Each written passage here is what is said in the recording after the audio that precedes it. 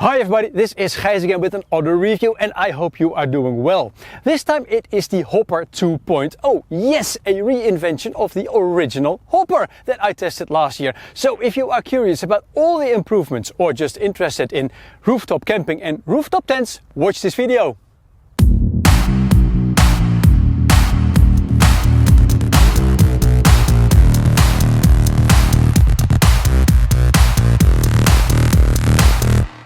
Welcome to the review of the Hopper.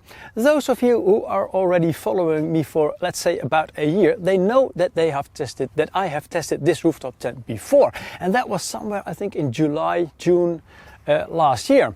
The result was not very good for the company behind the Hopper because it only scored a 5.9 out of the 10 points total. In the old star rating, it was a 3-star rooftop tent.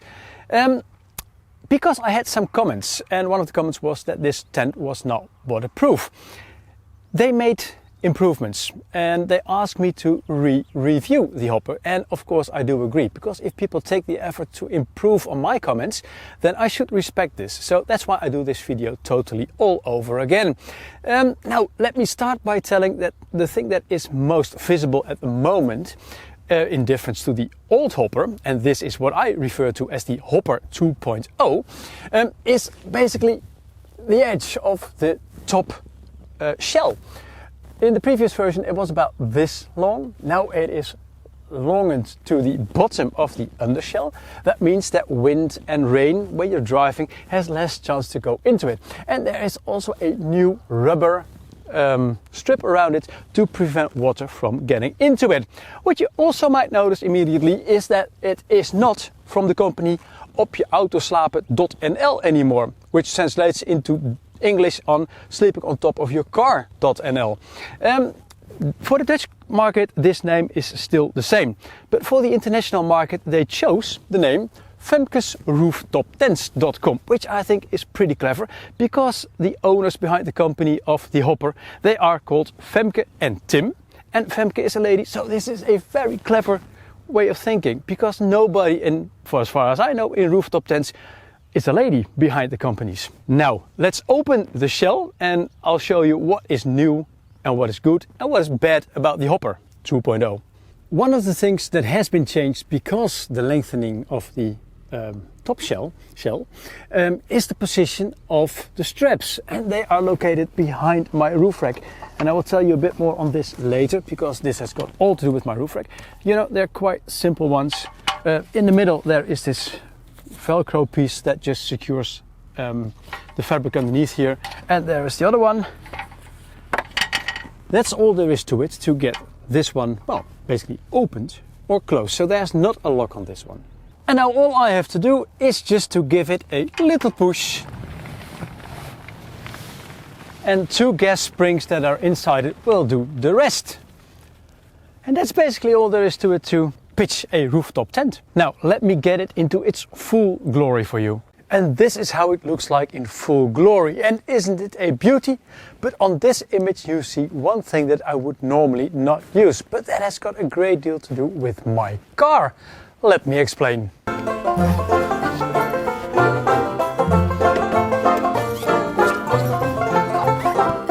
This might be my way on getting in and out of the Hopper, but normally you would of course use a ladder. And well, one is provided when you buy the tent. It's delivered in a very nice pouch, so that when the leather is a bit dirty or maybe wet, you can still put it away in there. And that's necessary too, because, well, I take it from the back of my car because I have a big car and so much space, even when I'm camping with my family. Normally, this one goes into the rooftop tent. And then you close the lid and then you go on to your new destination. So in the rooftop tent, there is enough space to carry this one, so you don't need to bother about putting this in your car. Now let me get the leather out of its pouch. It's a really nice long YKK zipper, and I think that in relation to the previous pouch, I think the pouch has grown a bit, or the leather has gone smaller. Well, let's get this one in there, because it is quite windy at the moment. And then the leather goes here. It is a sort of a telescopic one. you can move it like this. Now, if you have a small car, this is probably the distance you need to have. I've got a bit a bigger car, and then I just need to, and this is always a bit of a trick. How far do I go? This is the one. There are 3 holes in here. There's the 4th one. So you can always have the distance to your car. Well, my car is really tall. Normally you would put it into the top of the hopper itself. Well, then it touches my car. So I put it a bit lower into my roof rack. More on this later. And this is how I normally would enter the hopper. A very convenient way. One small difference with the previous ladder is the fact that there was a nice leather cover around this hook. Well, they forgot to put it on this one, so I put some duct tape on there. For those who are not too familiar with rooftop tents, just some background info. In the world of rooftop camping, you've got basically 2 types of rooftop tents, and that is the hard shell rooftop tents like the hopper, and you've got the soft shell tents. The soft shell tents, they have a cover from bisonil, this kind of material, that you have to remove before you can pitch the tent. They're most of the time a bit cheaper, and sometimes they are even bigger than most hard shell tents. Now, in the hard shell tents, there are 2 types of materials used. The first one is polyester. Polyester is very strong, it is UV resistant, and it is most of the time also quite heavy. The hopper is made out of ABS, and ABS is in fact just a plastic. It's the material that also has been used by a lot of manufacturers for car boxes like Thule. ABS, it is very tough, it is a bit of flexible, and flexible can be good sometimes, and it is also very light. The hopper weighs, exclusive the leather, 59 kilos, and that is quite a low weight for a rooftop tent. The leather, by the way, weighs only 5 kilos. But for the owners of the hopper, ABS also had a big other advantage if you compare it to polyester. Polyester is a material that is not recyclable, and ABS, it is. Officially, the hopper has 2 doors, and they are on the long sides of the hopper. It's this one, and of course there's one on the other side, because that's the place where you normally would put the leather. On the back, with most cars, it's quite impossible. This one is called a window, and I really like it, and I will show you later on from the inside why I think this is so very, very good. As you can see, it's quite windy at the moment, and I'm happy with these metal rods. They provide shelter from the rain. You use the door as an awning, and they are really well built. It's a hook in here that goes into a ring, and in here it goes into the aluminium frame of the hopper itself. This one, you see there is a little triangle in here, and this triangle is there for a reason, because when it rains you will get rain dripping from the rod, and if this hook wasn't in there, it would go all the way into the tent. Because of this, the rain will drip from here onto the ground and even away from your car, so that is a very clever thing. In relation to the previous hopper, they made an improvement, and I will show you this on this part, because there is a aluminium frame underneath this, and there is a hole in it. And when you put the metal rod in here, and when the wind is blowing, you will discover that at a certain point of time, the aluminium, because it is softer than the metal, it will wear out. So now they put a nice metal plate over this, so this is a way better construction for durability. One of my biggest problems with the previous hopper was the fact that it was not 100% waterproof, and especially when you buy a rooftop tent in the damp Netherlands and you go up maybe in holiday in Scandinavia, you will expect rain, you will get rain. This hopper 2.0 has been, well, sort of totally redesigned, and one of the biggest things that is really, really well done is the fact that they made this door, opening, window, whatever you like to call it, they made the attachment point higher, which means that it is a longer awning, but also that the seam that was in here, that is in here now, was about here. And this was one of the points where it started leaking because of the construction. Now this is way better, and I'm not really sure if the previous model also had a little piece of ventilation in here, but this one has, which is also a very positive development. All the awnings or the doors, they've got this really good YKK zippers. They're very, very durable and easy in use. And because there is a rather big flap from the zipper onto the fabric, the zipper is well covered with rain. And because of the Velcro, of course, wind has got no chance to get underneath this. Well, you see now it's quite windy and I've been camping with rain and wind. And then when you have the awnings in this way, it is a bit depending on the wind direction if you get water inside your tent, just because the wind is blowing. I must say that the mesh does prevent quite some rain getting into. And of course with this one, the big awning, there are also 2 extra poles, smaller ones for this one. So if you want to lower it, that's possible and you're more sheltered. When you close all the awnings when it's really raining hard, yes, of course, you are dry on the inside, because I've tested this one not only in real life in the rain, but also, of course, at home in my rain machine. And I will show you some images now. And in the rain machine, you know what I always do? I like to keep it this fierce amount of rain getting onto the tent from all directions, so I can really pinpoint if there is a leakage, where it comes from. Well, in this case I didn't have any leakage whatsoever, so the taping of the tent and the construction is this time really well done. One of the side effects of making this part longer was that the hinges had to change also on their position, and that resulted in a positive thing, and that is that there is more space on the foot part of the hopper, and that not only means that you can fit a size 50 in there if you have that size of feet, but also if you want to sleep the other way around and you like sleeping in narrow spaces with your head because it's more dark in there, then that is possible now as well. I already spoke about the top shell. That's a bit longer to prevent it from raining in. The bottom shell is also a bit different. The size is still the same, but underneath here and integrated is now a steel chrome frame. So that gives a lot of rigidity to the whole rooftop tent. Underneath that steel frame there are 2 aluminium bars, and you can see them here. They are from this side to the other side, and they are there to attach the whole rooftop tent to basically a roof rack or to load bars. And on most cars, of course, you would use load bars, because not everybody has a roof rack. Load bars are cheaper, roof rack is expensive. It's a very easy system, because the clamps, they just slip in there. You use a ratchet, they give a ratchet with the tent. So the mounting process, it's fast and easy, and really everybody can do this. When you have a roof rack, it's a bit of a different ball game. In my case, it takes about, well, I think half an hour to mount the tent onto my roof rack, just because of the special features of my roof rack, and also because there is not much space to move around with.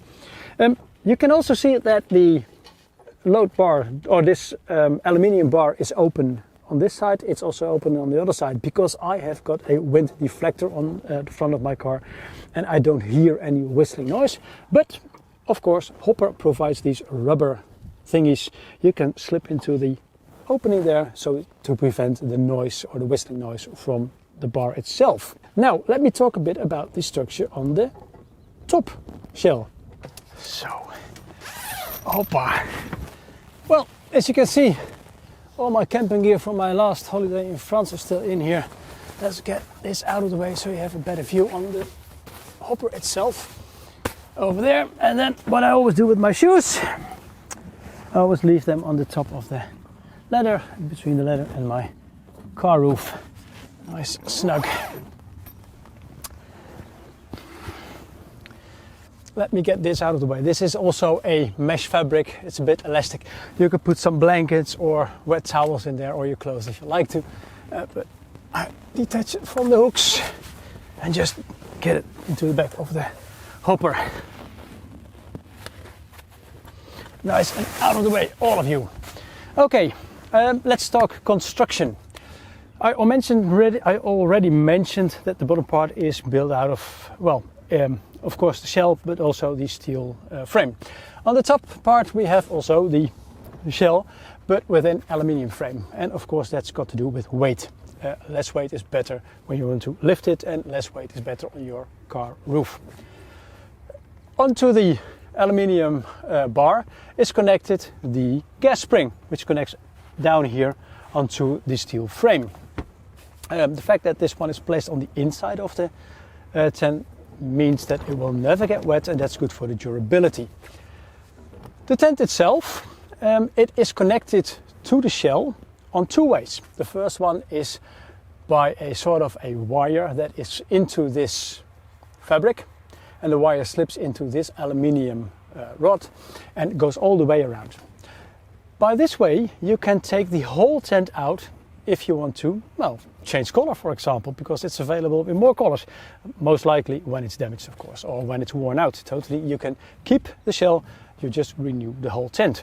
But now, if something damages, you can also use the zipper, because there's a big zipper around the whole tent, so that if you've got a puncture or some sort of a damaged thing in this fabric, you only have to take out the zipper part, which I think is very clever and well thought of because of the durability of the tent. The material, it is a mix of 70% polyester and 30% cotton.